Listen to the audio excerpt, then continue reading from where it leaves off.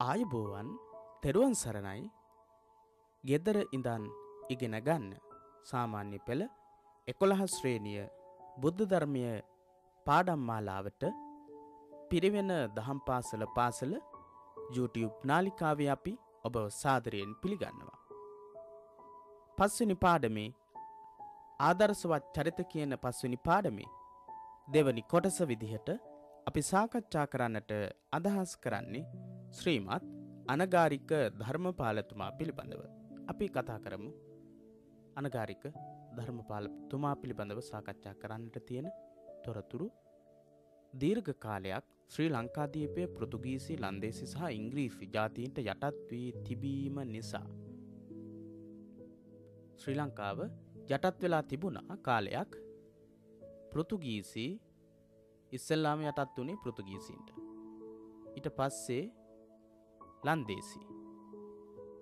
ලන්දේසීනුත් සෑහෙන කාලයක් ලංකාව ආක්‍රමණය කරගෙන ලංකාවට විවිධාකාරයෙන් පීඩාගෙන දෙන තත්ත්වයට පත් වුණා. ඊළඟට තමයි ඉංග්‍රීසීන් ලංකාව ආක්‍රමණය කළේ. පෘතුගීසි, ලන්දේසි සහ ඉංග්‍රීසි කියන ජාතීන්ට යටත් වී තිබීම නිසා ලංකාව යටත් වෙලා තිබුණා. දීර්ඝ කාලයක්, ගොඩක් කාලයක් ලංකාදීපේ ඒ විදිහට යටත් වෙලා තිබුණා. ඉතින් ඒ නිසා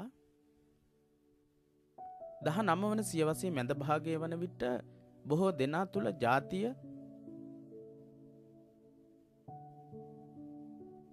ආගම හා රට ගැන තිබූ ආදරයත් අභිමානයත් යටපත්ව තිබුණි. 19 වන සියවසේ මැද භාගයේ වෙනකොට බොහෝ දෙනෙකු තුල ජාතිය පිළිබඳව හැඟීමක් තිබුණේ නැහැ. ජාතිය පිළිබඳ හැඟීම ඊට අමතරව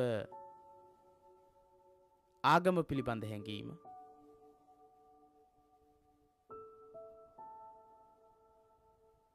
ඊට පස්සේ රට ගැන තිබුණු හැඟීම, රට ගැන තිබුණු අභිමානයත් ඊට අමතරව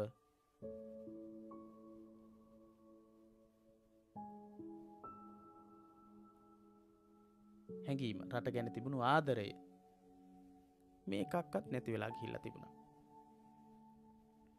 ඒකට හේතුව තමයි අපි මුලින් කතා කරපු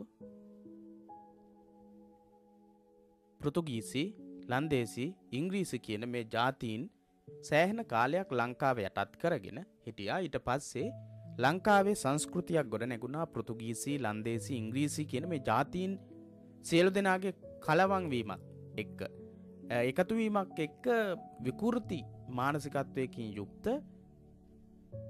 ලංකාවාසී පිරිසක් බිහි වුණා, සංස්කෘතියක් බිහි වුණා. ඒ නිසා 19 වෙනි සියවසේ වෙනකොට අපි මේ කතා කරන්නේ 21 වෙනි සියවසේ. 21 වෙනි සියවසේ වෙනකොට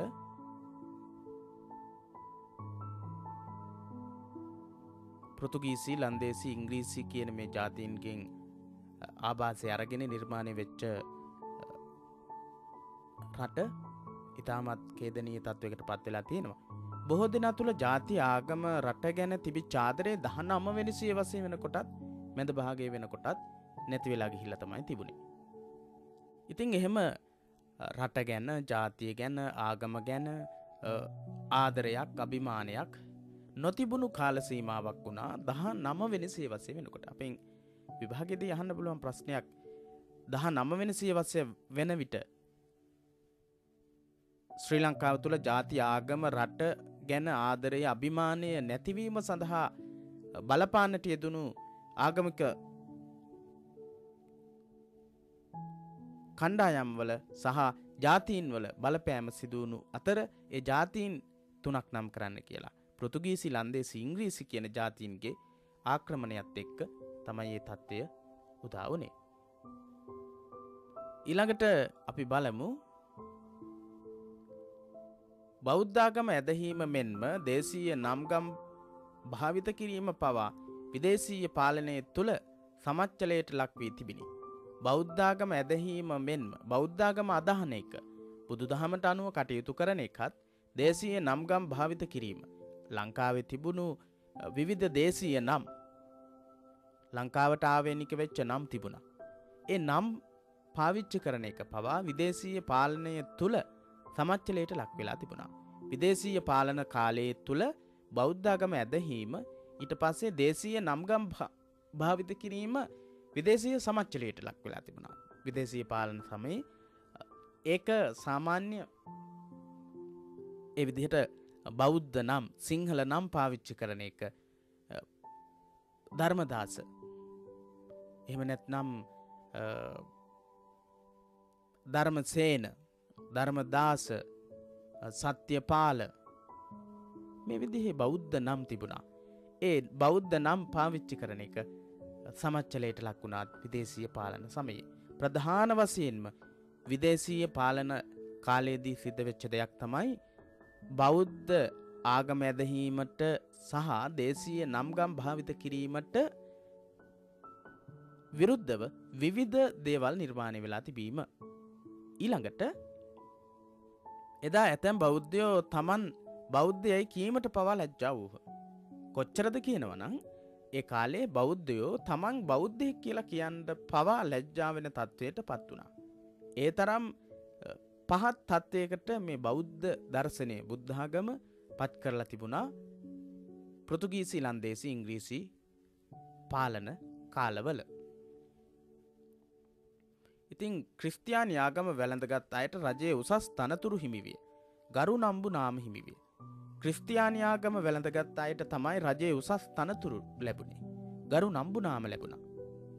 ක්‍රිස්තියානි ආගම වැළඳගත්තට පස්සේ රජයේ උසස් තනතුරු ගරු නම්බු නාම ලබා ගන්න නම් අනිවාර්යයෙන්ම ක්‍රිස්තියානි ආගම වැළඳගත යුතු වුණා.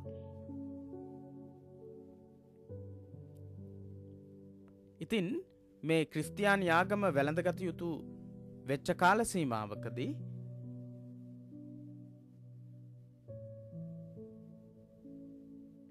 මේ නිසා බොහෝ සිංහලයෝ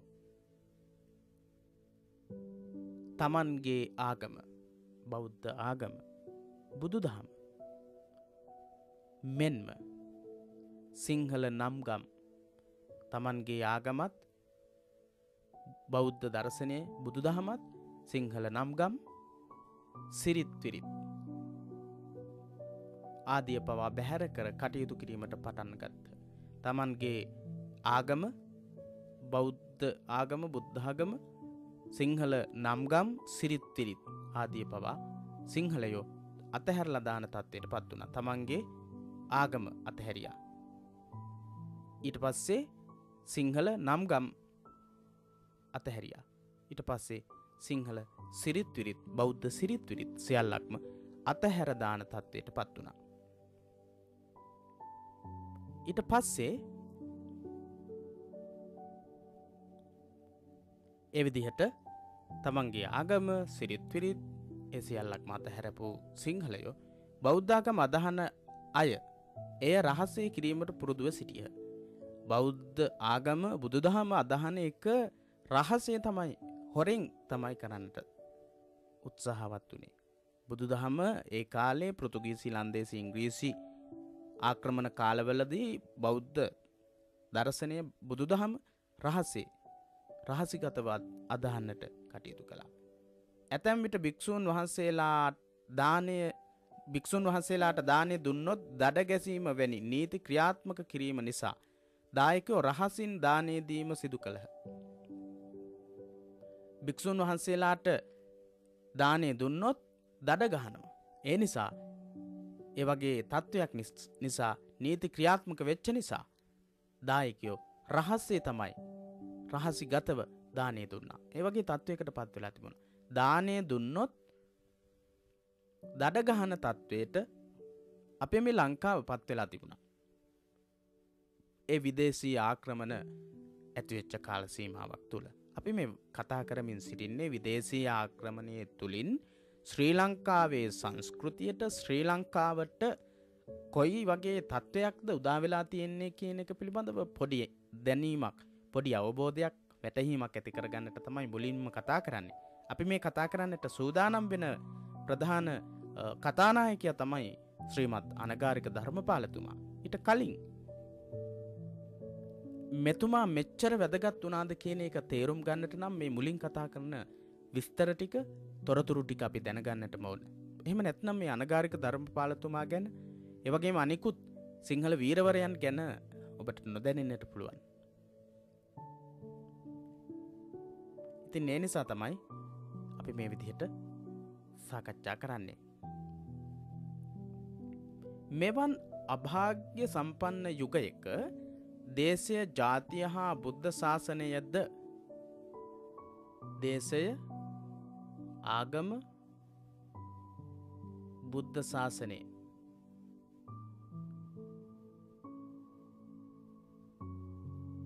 දේශය ආගම බුද්ධ ශාසනය යලි නගා සිටුවීමේ අධිෂ්ඨාන ශක්තියත් අභීත වීරත්වයත් ජන්මයෙන්ම උරුම කරගෙන ජාතියේ පිනට 1864 සැප්තැම්බර් මාසයේ 17 වෙනිදා පහළ වූ පුත්‍රවණක් ඒ අනගාരിക ධර්මපාලතුමායි. ජාතියේ පිනට පහළ වූ මේ පුත් කුමාරයා 1864 සැප්තැම්බර් මාසයේ 17 වෙනිදා පහළ වුණේ. ඒ ශ්‍රීමත් අනගාരിക ධර්මපාලතුමා. හැබැයි ශ්‍රීමත් අනගාരിക ධර්මපාලතුමා විදිහට නෙවෙයි එතුමන් නම් වෙන්නේ. එතුමන් නම් කළේ. එතුමාට නම ලැබුණේ. අපි මුලින් සඳහන් කළා ඒ කාලේ බෞද්ධ නම් අනගාരിക ධර්මපාල කියන නම බෞද්ධ නමක්. ඉතින් මේ නම නෙවෙයි මුලින් මෙතුමන්ට ශ්‍රීමත් අනගාരിക ධර්මපාලතුමාට යෙදුනේ. ඒකට හේතුව අපි කතා කළා මුලින්ම බෞද්ධ නම් පාවිච්චි කරපු අය හැල්ලුවට ලක් වෙච්ච ආකාරය ගැන. මෙවන් අභාග්‍ය සම්පන්න යුගයක දේශය ජාතිය හා බුද්ධ ශාසනයද යලි නගා සිටුවීමේ අධිෂ්ඨාන ශක්තියත් අභීත වීරත්වයත් අනගාരിക ධර්මපාලතුමාට තිබුණු උත්තරීතර ගුණයක් තමයි මේ අපි කියන්නේ. අධිෂ්ඨාන ශක්තිය තිබුණා, අභීත වීරත්වයක් තිබුණා. මේ අභීත වීරත්වයත් අධිෂ්ඨාන ශක්තියත් සහිතව ජන්මයෙන්ම උරුම කරගෙන මේ ශක්තියින් ජන්මයෙන්ම උපතින්ම හිමි කරගෙන ජාතියේ පිනට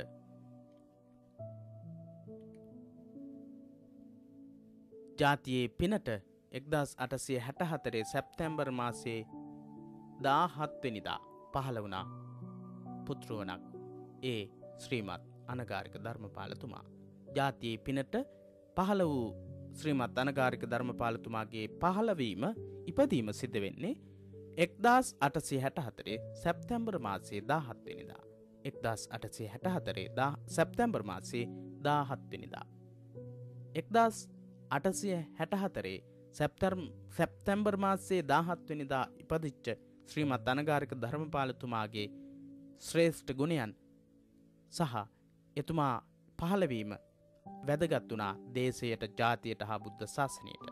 එතුමන් අධිෂ්ඨාන ශක්තියත් අභීත වීරත්වයත් ජන්මයෙන්ම උරුම කරගෙන උපන් උතුම් පුත්‍රවණක්, පුත්‍ර රත්නයක් වුණා. 1864 සැප්තැම්බර් මාසයේ 17 වෙනිදා ජන්මලාභය ලැබුවා. අපි කතා කරන ශ්‍රීමත් අනගාരിക ධර්මපාලතුමාගේ ජන්මලාභය 1864 සිද්ධ වෙනවා. ඒ 1864 සැප්තැම්බර් මාසයේ 17 1864 සැප්තැම්බර් 17 අනගාരിക ධර්මපාලතුමාගේ ජන්මලාභය සිදු වූයේ කවදාද? අනගාരിക ධර්මපාලතුමාගේ ජන්මලාභය සිදු වූයේ කවදාද? අපිට පිළිතුරු ලබා දෙන්නට පුළුවන්. ශ්‍රීමත් අනගාരിക ධර්මපාලතුමාගේ ජන්මලාභය සිදු වූයේ 1864 සැප්තැම්බර්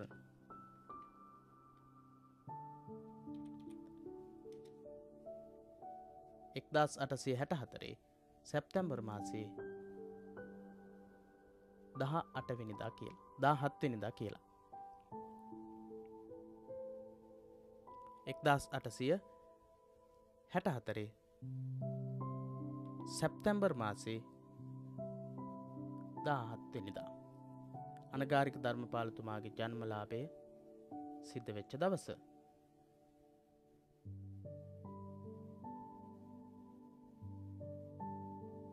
1864 සැප්තැම්බර් 18 වෙනිදා.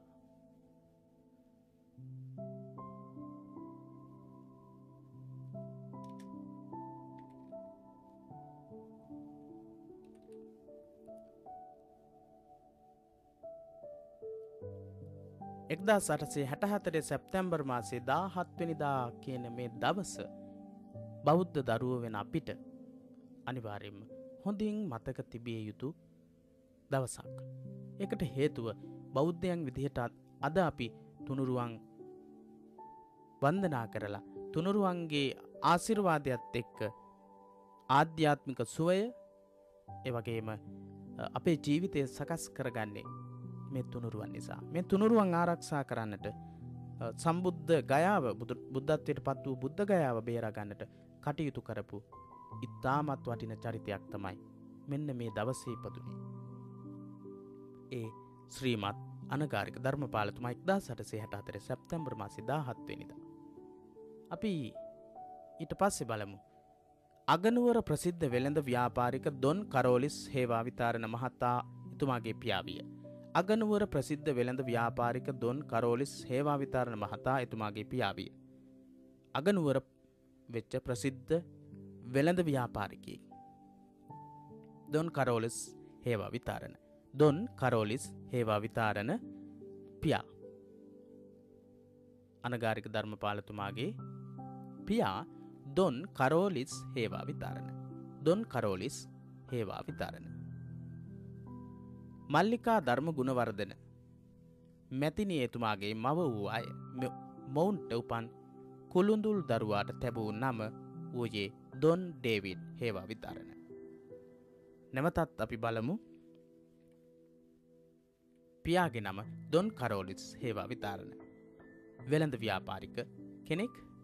වෙළඳ ව්‍යාපාරිකයෙක්. දොන් කරෝලිස් හේවාවිතාරණ. මවගේ නම මල්ලිකා ධර්ම ගුණවර්ධන. මේ කුමාරයා මේ පුතා කුළුඳුල් පුතා පළවෙනිම පුතා.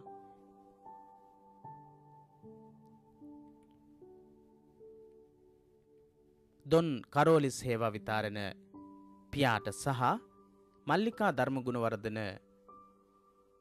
මෑණියන්ට පළවෙනියටම ඉපදිච්ච දරුවා තමයි මේ දරුවා කුළුඳුල් දරුවා දොන් ඩේවිඩ් හේවාවිතාරණ. දොන් ඩේවිඩ් හේවාවිතාරණ. අනගාരിക ධර්මපාලතුමාගේ මුල් නම මොකක්ද? දොන් ඩේවිඩ් හේවාවිතාරණ. මෑණියන්ගේ නම මල්ලිකා ධර්ම ගුණවර්ධන. පියාගේ නම දොන් කරෝලිස් හේවාවිතාරණ. දොන් කරෝලිස් හේවාවිතාරණ. එදා සිංහලයන් පවා සිංහල නම් වෙනුවට පරගැති නම් භාවිත කළ බව එයින්ම පැහැදිලි වේ. මේකෙන්ම පැහැදිලි වෙනවා අපිට ඒ කාලේ දොන් කරෝලිස් හේවාවිතාරණ, දොන් ඩේවිඩ් හේවාවිතාරණ, මල්ලිකා ධර්ම ගුණවර්ධන. මල්ලිකා ධර්ම ගුණවර්ධන. මල්ලිකා ධර්ම ගුණවර්ධන කියන එකේ සිංහල බවක් තියෙනවා. හැබැයි දොන් ඩේවිඩ් හේවාවිතාරණ, කරෝලිස් කියන නම් සිංහල නම් නොවන බව අපිට ඒ තුලින්ම පේනවා. මෙතුමාට බාල එඩ්මන්, සයිමන්, චාල්ස් යනුවෙන් සහෝදරයෝ 3 දෙනෙක් හා සහෝදරියෝ 2 දෙනෙක් වූහ. එඩ්මන්, සයිමන්, චාර්ල්ස් යනුවෙන් සහෝදරයෝ 3 දෙනෙක් හිටියා. එඩ්මන්,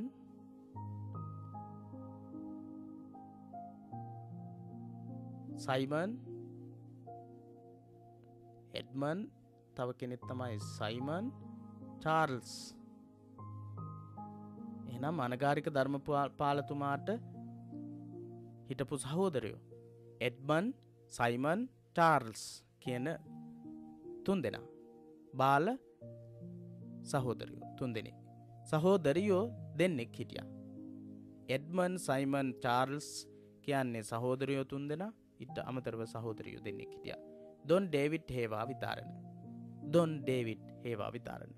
අපේ කතානායකයා ඩොන් ඩේවිඩ් හේවා විතරණ 1872 සිට 1874 දක්වා බැප්ටිස්ට් සිංහල පාසලේ එතුමන්ගේ අධ්‍යාපනය ලැබීම පිළිබඳ තොරතුරු සාකච්ඡා කරන්නේ ඩොන් ඩේවිඩ් හේවා විතරණ මේ පුතා කරෝලිස් හේවා විතරණ ඩොන් කරෝලිස් හේවා විතරණ පියාට සහ මල්ලිකාහේ ධර්මගුණවර්ධන මවට උපන් මේ පුංචි කුමාරයා ඩොන් ඩේවිඩ් හේවා විතරණ විදිහට නම් කළා. ඩොන් ඩේවිඩ් හේවා විතරණ අධ්‍යාපනය ලැබුවා පාසල් කිහිපයක. ඒ පාසල් අතරින් 1872 ඉඳලා 1874 දක්වා බැප්ටිස්ට් සිංහල පාසලේ ඉගෙන ගත්තේ. ඊට පස්සේ 1874 ඉඳලා 1876 දක්වා අවුරුදු දෙකක් බෙනඩික් විද්‍යාලයේ සාන්ත බෙනඩික් විද්‍යාලය ඉගෙන ගත්තා. ඊළඟට 1876 ඉඳලා 1878 දක්වා කෝට්ටේ ක්‍රිස්තියානි විද්‍යාලයේ ඉගෙන ගත්තා. පළවෙනියටම ඉගෙන ගත්තේ 1872 ආරම්භ කරන්නේ අධ්‍යාපනයේ 1874 දක්වා අවුරුදු දෙකක්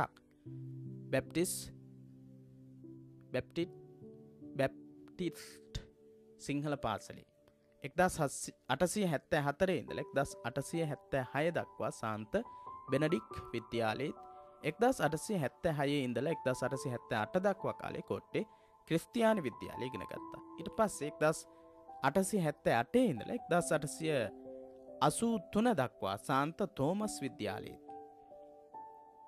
1878 ඉඳලා 1883 දක්වා සාන්ත තෝමස් විද්‍යාලයේ.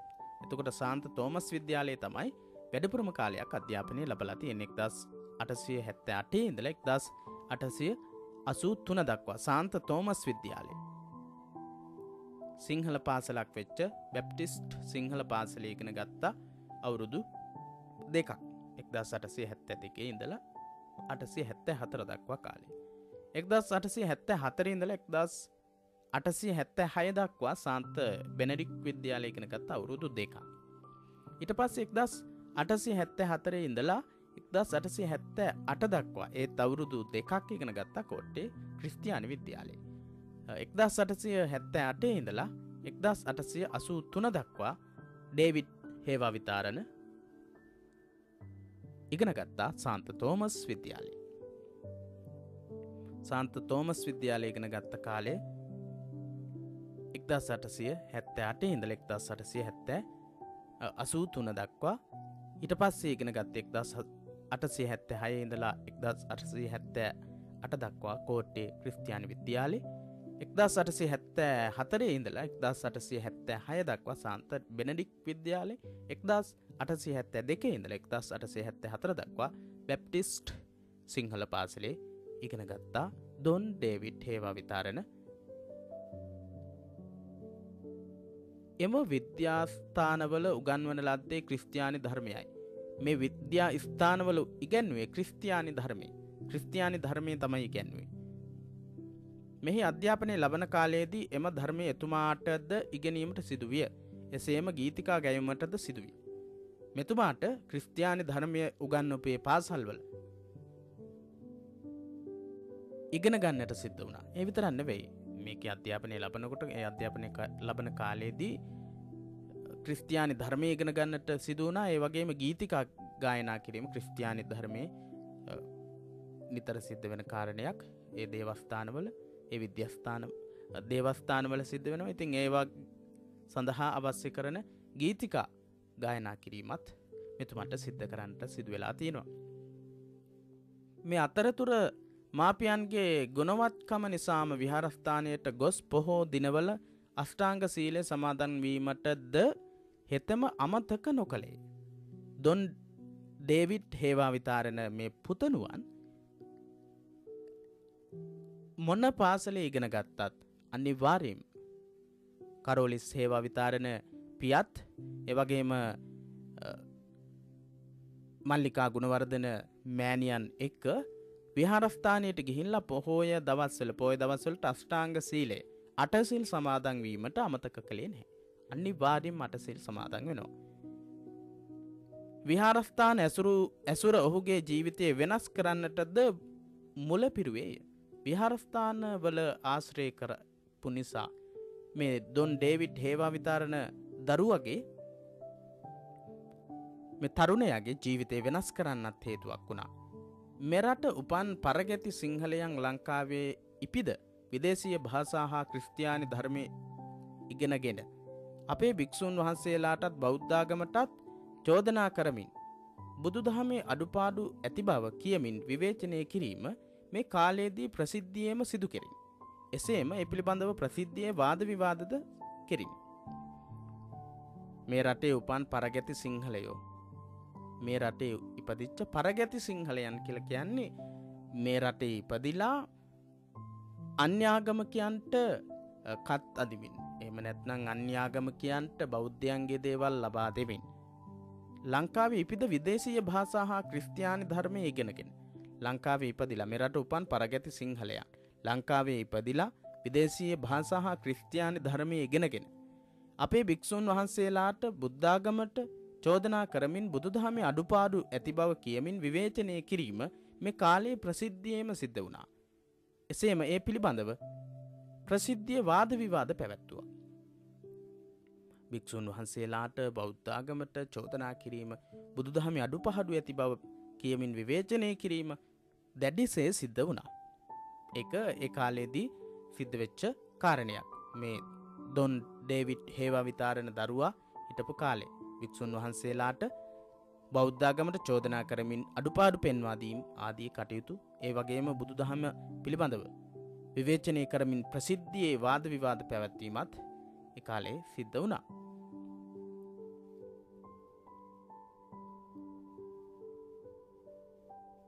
මේ නිසා මෙම කාලයේ බෞද්ධ හා අබෞද්ධ වාද විවාද රාශියක් ඇති විය. මේ නිසා බෞද්ධ හා අබෞද්ධ වාද විවාද ගොඩක් ඇති වුණා. බෞද්ධ වාද විවාද අබෞද්ධ වාද විවාද රාශියක් ඇති වෙච්ච කාලයක් තමයි පසුනේ. පංච මහා වාද ලෙස අප හඳුන්වන්නේම ප්‍රධාන වාද පහයි. වාද විවාද ඇති වුණා.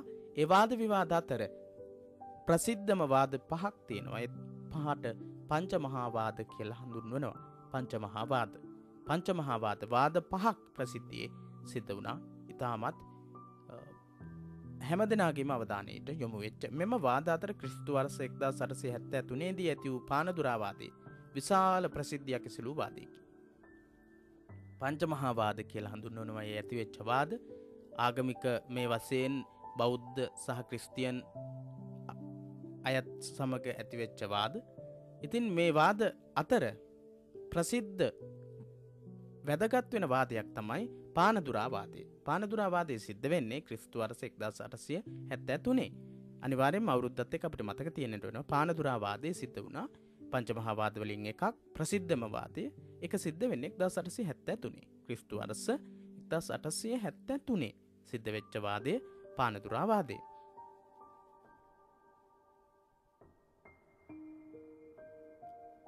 ඉතින්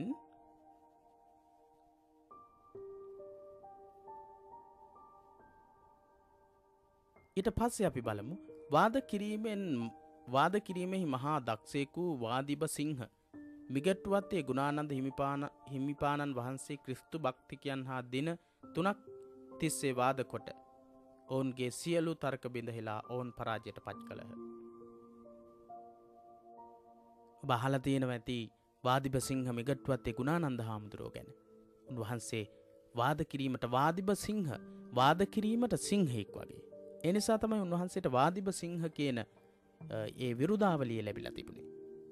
විරුදාවලියෙන් යුක්ත මිගට්ටුවත්තේ ගුණානන්ද හාමුදුරුව ක්‍රිස්තු භක්තිකයන් හා ක්‍රිස්තු භක්තිකයන් එක්ක දින 3ක් තිස්සේ වාද කළා.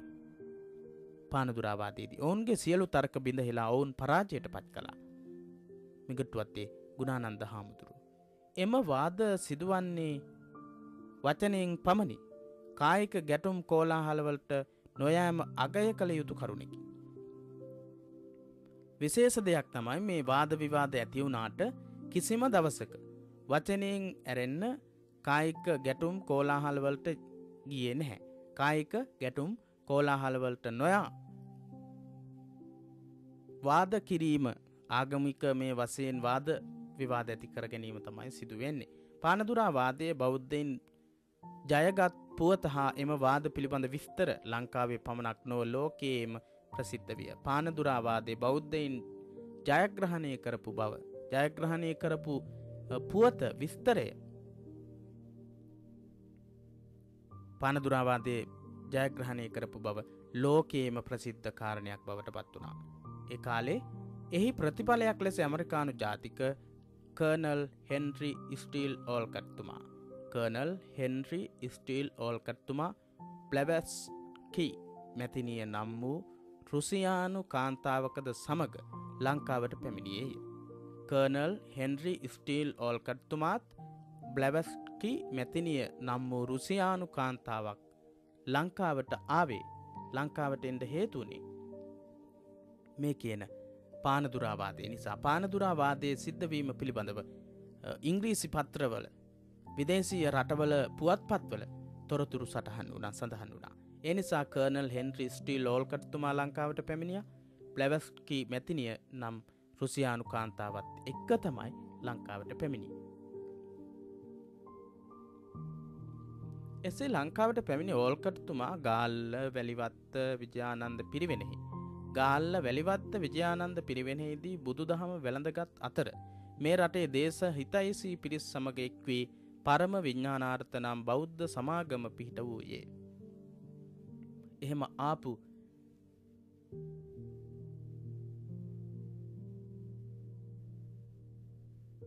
මේ ඕල්කට්තුමා ගාල්ල වැලිවත්ත විජයානන්ද පිරිවෙනෙහිදී බුදුදහම වැළඳගත් අතර ගාල්ල වැලිවත්ත විජයානන්ද පිරිවෙන ගොඩක් වැදගත්. ගාල්ල වැලිවත්ත විජයානන්ද පිරිවෙන බුදුදහම වැළඳගත්තේ හෙන්රි ස්ටීල් ඕල්කට්තුමා බුදුදහම වැළඳගත්තේ මේ කියන පිරිවෙනේ. ගාල්ල වැලිවත්ත විජයානන්ද පිරිවෙනේදී බුදුදහම වැළඳගත් අතර මේ රටේ දේශ හිතයිසී පිරිස් සමග එක් වී දේශ හිතයිසී පිරිස් එක එකතු වෙලා සමාගමක් ආරම්භ කළා. පරම විඥානාර්ථ සමාගම. ඕල්කට්තුමා ආරම්භ කරපු සමාගම පරම විඥානාර්ථ සමාගම බෞද්ධ සමාගම. ගාල්ල වැලිවත්ත විජයානන්ද පිරිවෙනේදී බුදුදහම වැළඳගත්තා. ඕල්කට්තුමා හෙන්රි ස්ටීල් ඕල්කට්තුමා බ්ලැවස්කි මැතිනිය නම් වූ රුසියානු කාන්තාවත් එක්ක තමයි ආවේ. ඇවිල්ලා ගාල්ල වැලිවත්ත විජයානන්ද පිරිවෙනේදී බුදුදහම වැළඳගෙන දේශ හිතයිසී රටේ දේශ හිතයිසී ශ්‍රී ලංකාවට කැමති සිංහල බෞද්ධකමට සිංහලකමට ගරු කරපු පිරිසක් එකතු කරගෙන පරම විඥානාර්ථ සමාගම බෞද්ධ සමාගම පිහිටවන්නට යෙදුණා.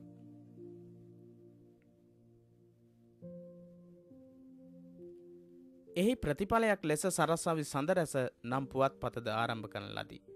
පරම විඥානාර්ථ සමාගම ආරම්භ කරලා ඒ සමාගම මගින් පුවත්පතක් ආරම්භ කළා. සරසවි සඳරැස කියන පුවත්පත.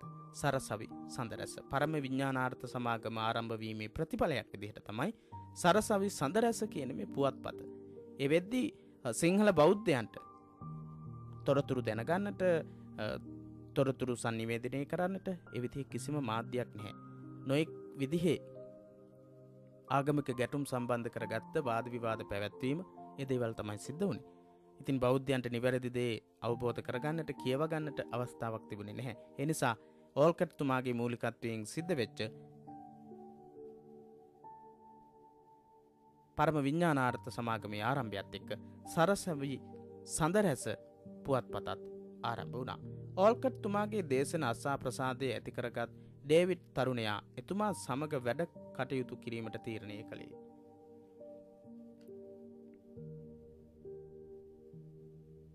ඕල්කට්තුමා පැමිණුණාට පස්සේ මේ ඕල්කට්තුමා ගැන විස්තරයක් සඳහන් කරන්නට හේතුව තමයි ඕල්කට්තුමා ගැන දීර්ඝ විස්තරයක් සඳහන් කළේ. ඕල්කට්තුමා පරම විඥානාර්ථ සමාගම ආරම්භ කරලා ඒ වගේම එතුමාගේ මූලිකත්වය ඇතිව සරසවි සඳරැස කියන පුවත්පත ආරම්භ කරලා ඕල්කට්තුමා දේශන පවත්වමින් ලංකාව පුරා ගමන් කරන්නට යෙදුණා. මෙහෙම දේශන පවත්වමින් ගමන් කරනකොට ඩේවිඩ් කියන තරුණයාට ඩේවිඩ් කියන තරුණයා අපි මේ කතා කරන්නේ ඩේවිඩ් හේවා විතාරණ අනගාരിക ධර්මපාලතුමා ගැන. එතුමා සමග වැඩ කටයුතු කිරීමට තීරණය කළා. ඕල්කට්තුමාගේ දේශන අහපු ඩේවිඩ් හේවා විතාරණ තරුණයා එතුමන් එක්ක කටයුතු කරන්න අදහස් කළා. එහිදී රටේ තැනින් තැන යමින් ඕල්කට්තුමා ඉංග්‍රීසි භාෂාවෙන් කළ දේශන එතුමා සිංහල භාෂාවට පරිවර්තනය කළේ. එහිදී රටේ තැනින් තැන යමින් ඕල්කට්තුමා ඉංග්‍රීසි භාෂාවෙන් කළ දේශනා එතුමා සිංහලට පරිවර්තනය කළා. සිංහල භාෂාවට පරිවර්තනය කළේ ඕල්කට්තුමා ඉංග්‍රීසියෙන් කතා කළේ. ඒ ඕල්කට්තුමා කතා කරපු දේවල් සිංහලට පරිවර්තනය කළේ මේ කියන අපි කතා කරන කතානායකයන් වහන්සේ. කතානායකයා අනගාരിക ධර්මපාලතුමා. එහෙම නැත්නම් අපි මුලින් තාම අනගාരിക ධර්මපාල කියන නම පාවිච්චි කරන්නට පටන් ගත්තේ කොහොමද කියන එක සාකච්ඡා කළේ නැහැ. අනගාരിക ධර්මපාල කියන නම පාවිච්චි කරන්නට පටන් ගත්ත ආකාරයත් අපි ඉස්සරහට කතා කරනවා. එහිදී රටේ තැනින් තැන යමින් ඕල්කට්තුමා ඉංග්‍රීසි භාෂාවෙන් කළ දේශන එතුමා සිංහල භාෂාවට පරිවර්තනය කළා. අනගාരിക ධර්මපාලතුමා දොන් ඩේවිඩ් හේවා විතාරණ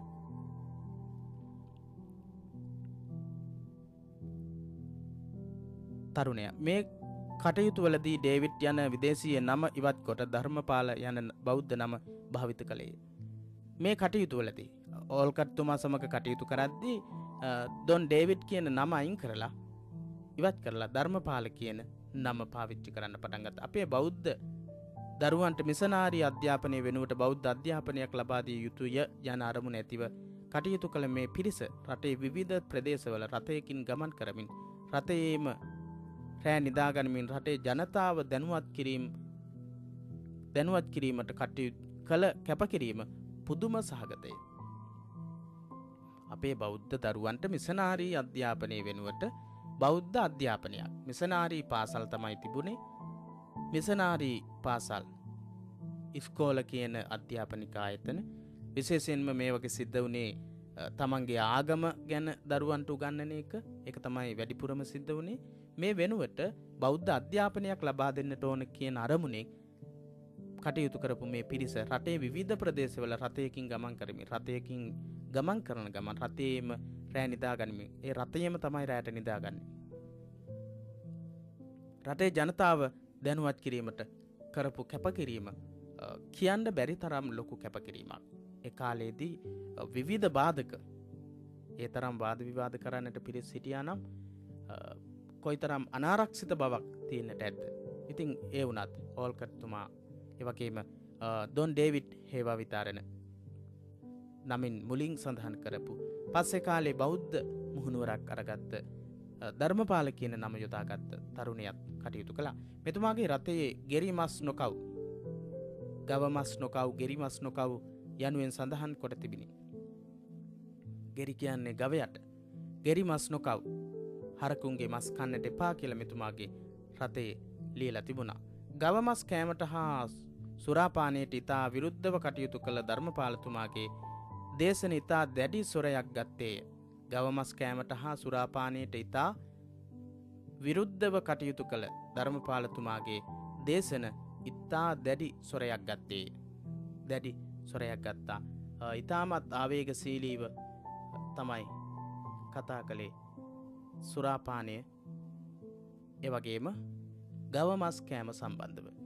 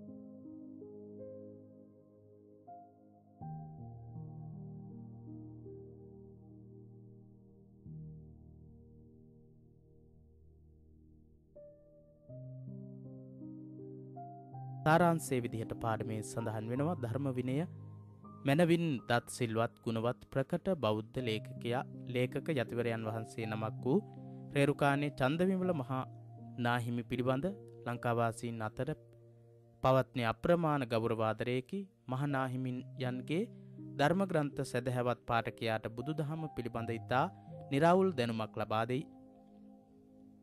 පළවෙනි කොටසේදී අපි සාකච්ඡා කරලා තියෙනවා රේරුකානේ චන්දවිමල නායක හාමුදුරුවෝ ගැන.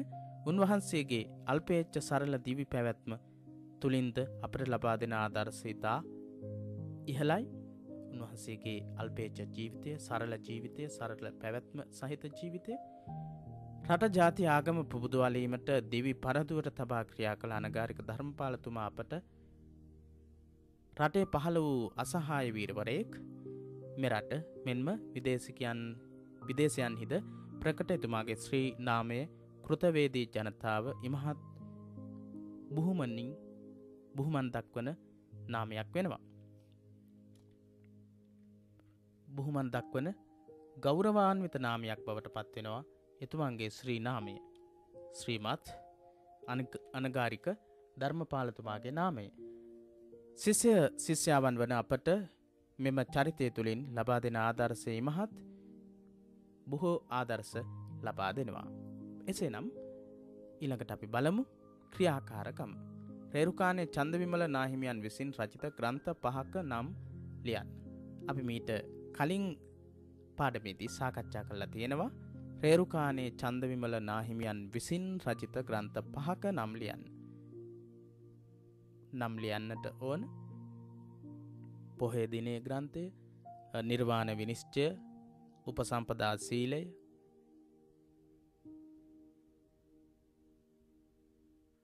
උන්වහන්සේ ග්‍රන්ථ 25කට වඩා රචනා කරලා තියෙනවා. ඒ රචනා කරපු ග්‍රන්ථ අතරින් විශේෂිත වූ ග්‍රන්ථ 5ක් ගැන විතරයි අපිට 5ක් නම් කරන්නට තියෙන්නේ. ඉතින් පෙහෙවස් සමාදන් වූ උපාසක උපාසිකාවන් උපෝසත අෂ්ටාංග සීලය රකිමින් කල්ගත කළ යුතු ආකාරය ගැන කියවෙන ග්‍රන්ථය.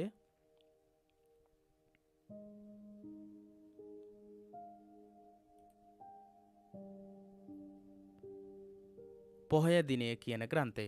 ඊළඟට ධර්ම විනිශ්චය කියන ග්‍රන්ථය සමාජයේ බොහෝ දෙනා අතර ඇති ප්‍රශ්න 100කට පිළිතුරු ලබා දෙමින් රචනා කරපු ග්‍රන්ථය. බෞද්ධයාගේ අත්පොත ග්‍රන්ථය.